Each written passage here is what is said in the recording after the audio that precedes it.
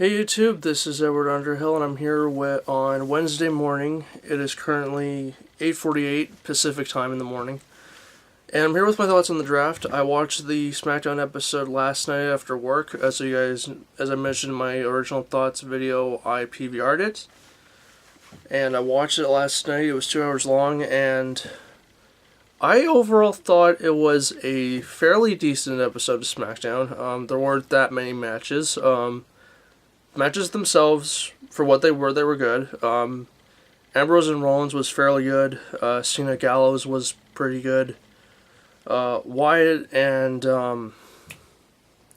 Bray Wyatt and Xavier Woods was okay. Sasha versus Charlotte and Dana was okay. Was pretty good. Was good. And not Backlund.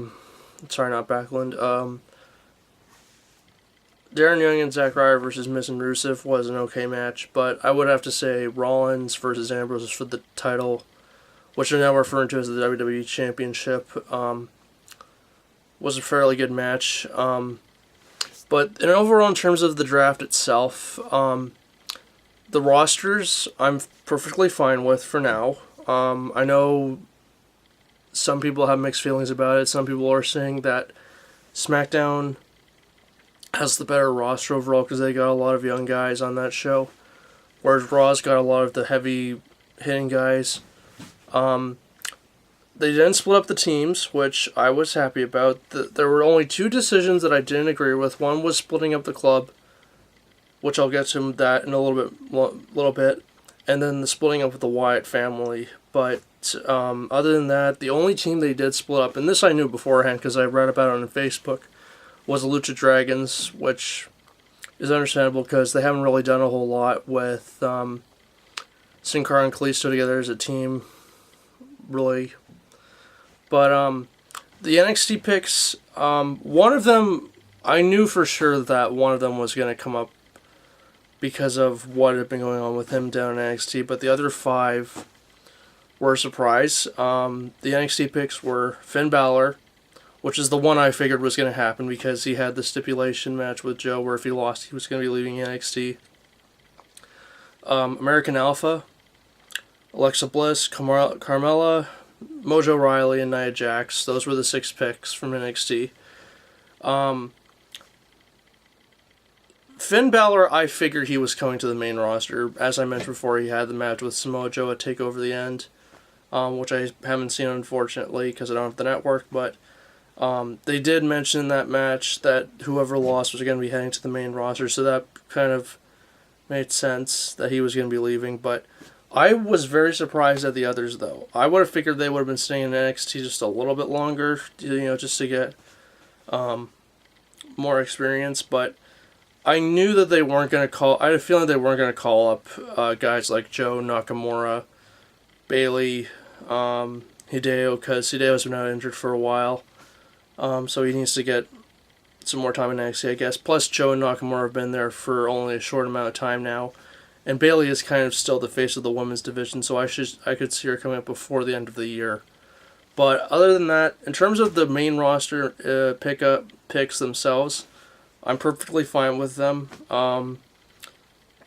Aside from the Wyatt family and the club, but again, with Balor coming up to the main roster, I know there's a lot of questions of, are we going to see the original Bullet Club reformed? I know WWE doesn't have the trademark to that, so they can't say Bullet Club on TV. That's why they've been referring to AJ, Gallows, and Anderson as the club.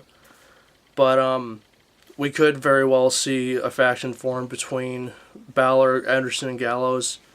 I don't know for sure, but I am going to be PVRing Raw and SmackDown now to get ready for SummerSlam. But yeah, in terms of the belts, as I predicted, one mid-card championship per show. Raw now has Charlotte, who's the women's champion, and the New Day, who are the tag champs.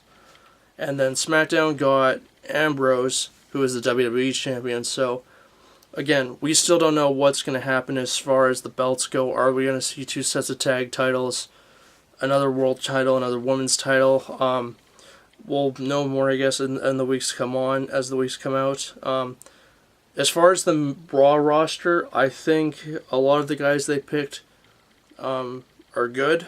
Some of them I do think they should have put on SmackDown, like Sami Zayn, Kevin Owens, Sasha.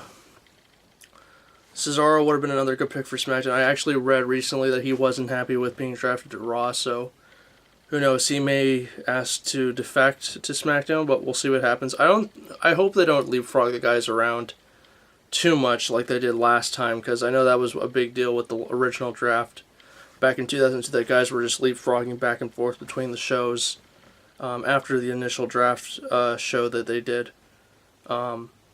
But I just hope that the rosters stay finalized for now. And then on the next draft, they can just switch guys back and forth between the shows in 2017. But for now, SmackDown's roster I think is fairly good.